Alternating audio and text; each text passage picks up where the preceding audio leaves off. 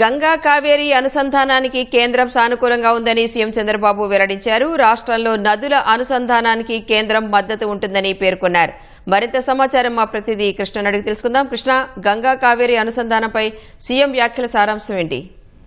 రాణి, ఏదైతే మంత్రివర్గ సమావేశం ఎజెండా అంశాలు ముగిశాయో ఆ తర్వాత తాజా పరిణామాల మీద ముఖ్యమంత్రి చంద్రబాబు సుదీర్ఘంగా మంత్రులతో తన అభిప్రాయాలు పంచుకున్నారు. ఏదైతే నిన్న ఢిల్లీ పర్యటనకు వెళ్ళొచ్చారో ముఖ్యమంత్రి చంద్రబాబు, ఆ సందర్భంగా ప్రధాని నరేంద్ర మోదీని అటు భోగాపురం విమానాశ్రయ ప్రారంభోత్సవానికి ఆహ్వానించడం, ఆ తర్వాత ఢిల్లీ ఈ నదుల అనుసంధానానికి సంబంధించి రాష్ట్ర ప్రభుత్వం ఇచ్చిన నివేదిక పట్ల ఏ విధంగా స్పందించారు ఏంటి అనే అంశం ప్రధానంగా చర్చకొచ్చింది. ఇందులో ప్రధానంగా ఏదైతే ఉత్తరాంధ్ర అభివృద్ధిలో మైల్ రాయిగా నుంచి భోగాపురం అంతర్జాతీయ విమానాశ్రయ ప్రారంభోత్సవానికి మోదీ రానున్న వివరాలను ఆయన సీఎం మంత్రులతో పంచుకున్నారు. మొత్తంగా మోదీకి స్వాగతం పలికేందుకు గిరిజన సంప్రదాయాలు సంబంధించి 13,000 మందితో కార్యక్రమం నిర్వహించాలని చెప్పి ఇక్కడ ఆదేశించారు.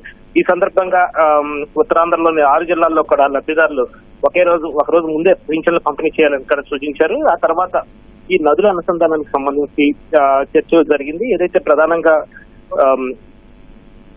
గంగా కావేరీ నదుల అనుసంధానానికి సంబంధించి కేంద్రం సానుకూలంగా ఉందనే విషయాన్ని ముఖ్యమంత్రి చంద్రబాబు మంత్రుల వద్ద ప్రస్తావించారు. ఇందులో భాగంగానే అటు రాష్ట్రానికి సంబంధించి గోదావరి బనకచెర్ల అనుసంధానానికి కూడా ఢిల్లీ పెద్దలు మద్దతు ఇస్తున్నారనే విషయాన్ని ఆయన మంత్రులకు వివరించడం జరిగింది. కేంద్రం నుంచి శాఖల వారీగా రావాల్సిన నిధులపై మంత్రులు ప్రత్యేకంగా దృష్టి సారించాలని కూడా చెప్పారు. అలాగే ఈ పొగాకు రైతుల అంశం కూడా ప్రధానంగా చర్చకు వచ్చింది. ఏదైతే పొగాకు రైతులకు సంబంధించి సమస్యలు కేబినెట్ లో 3 కీలక ప్రతిపాదనలు చర్చకు వచ్చాయని తెలుస్తుంది.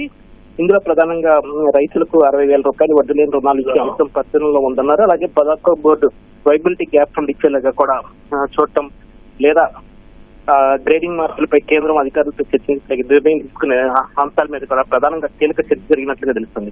మొత్తంగా ఈ ఢిల్లీ పరిణామాలు, అలాగే ఈ